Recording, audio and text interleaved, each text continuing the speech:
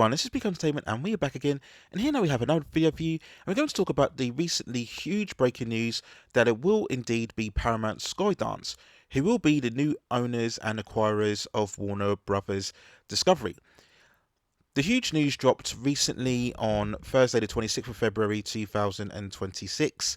Now, following on from this, we know that previously it was announced back in December 2025 that it would be Netflix, the huge streaming platform, who would be acquiring the Warner Brothers platform. Back then, it was announced that the fee would be of a total of around $82.7 billion. And as is always the case with these huge mergers surrounding businesses, it's still very much in the pipeline, and we knew there was a long way to go before that would actually come to some sort of finalisation. And we've seen the fallout from that, because we've known for some time now that despite Netflix announcing their acquisition, Paramount Skydance was always working away in the background to come in with a superior offer to try and take over Warner Brothers. And that's turned out to be the case overall, with the bid from Paramount Skydance totaling up around $111 billion. Netflix had overall 4 days to come in with a counter, but decided to back out of the deal, putting out a recent statement saying that overall Warner Brothers had received a superior offer. Now, Netflix doesn't really lose out on this, because they had to receive a fee of around $2.8 billion from Paramount as a sort of compensation, just in case Warner Brothers had taken another bid. And that's always the case when you get big acquisitions like this. There's always various contingencies involved if one side pulls out or the other. In the original deal with Netflix, there was a $5 billion payout fee if Netflix pulled out of the deal. But now that Paramount has taken over, that fee has risen now to $7 billion that would be owed to Paramount if indeed Warner Brothers pulled out of this deal. If we delve a bit more into the details, the initial deal has meant that Paramount were increasing their offer to at least $31 per share, which was deemed superior by Warner Brothers to the alternative $27.75 per share that were initially made by Netflix in its overall acquisition. And following the fallout from this, the shares within Paramount have jumped of around 24%, whilst Netflix's also rose by 13%. And it tended to get a positive reaction from its investors in deciding to back out of the deal. Now, as we talked about, when Netflix initially had acquired Warner Brothers, the biggest appeal was that it was meaning they would gain ownership of a whole truckload of franchises and IPs and platforms, and also programming. Everything from the streaming of HBO Max to the huge movie franchises from the likes of Harry Potter and also The Matrix, for example. But there's a bit more to this, because there's been this ongoing debate that despite whoever acquires the Warner Brothers entity and its catalogue, there still remains a huge concern as to how that catalogue is going to be utilised. Now, when it was announced that Netflix was going to acquire the deal, the big concern is that, being a streaming giant, that we were going to see all of these cinematic IPs and franchises eventually be farmed out on streaming. Now, Netflix was putting out previous statements that it would still go to withhold the 45 release window that you get from cinematic to streaming and home video releases.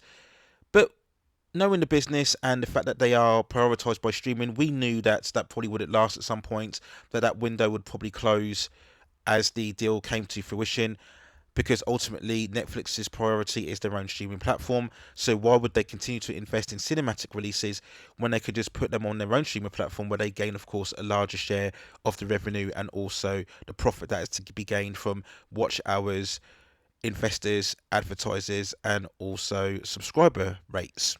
So there was this fear that the Netflix deal would really accelerate the death knell in terms of theatre releases and how cinema is prosper.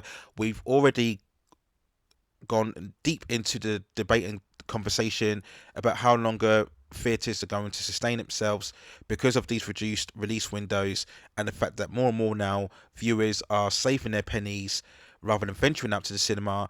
They would rather just stay at home and stream content. So on the one side, then, everybody should be rejoicing, right? Because Paramount Skydance are very much more about the cinematic and movie releases, it would seem. But the major concern on this side is that Paramount Skydance themselves aren't exactly thriving. They're struggling in terms of their money and debt issues, and many people feel that taking on this type of acquisition isn't really going to usher in a huge wave of cinematic releases. It means most likely that they're looking to acquire certain segments of Warner Brothers and maybe liquidate them and sell them off in order to generate money. And this could be the result of a huge amount of layoffs for many members of staff. Are Paramount really going to have enough of the resources to utilize all of this huge back catalogue, not only in terms of the movies but also the streaming platforms such as HBO Max as well? What will become, for example, of the DC cinematic universe and that huge back catalogue of characters and IPs, something that I still to this day has never been fully utilised in this modern age where the superhero genre, certainly for the last 10 to 15 years, has been a dominant one within all of entertainment. Maybe not so now, but I certainly felt before that you were literally sitting on a gold mine in terms of that franchise if utilised in the right way. But will Paramount ever really see a huge focus on that type of franchises, or will we get these more bite-sized type of content releases where it's not really built on a cinematic universe, but we'll just see these smaller, cheaper releases, maybe an animated series, animated movies, TV series here or there, rather than really building into the huge cinematic potential that all of these franchises have. It's one thing to acquire the Warner Brothers catalogue and all of its IPs, but then it's another to start really mining into it and start producing movies and television series and content on a regular basis, enough where you could eventually see some type of profit. And that's going to be the biggest challenge for Paramount Skydance, and this is a big worry again amongst many movie fans and pundits. Now, despite this news, we have to treat this in exactly the same way as what we did with the Netflix announcement, that there is still a long way to go before we see this deal come to fruition. As usual, it's got to go through various checks and regulations and audits. Who's to say that maybe another company may come forward with a far superior bid? Warner Brothers were willing to certainly risk the joining of Netflix, then why wouldn't they do the same with Paramount?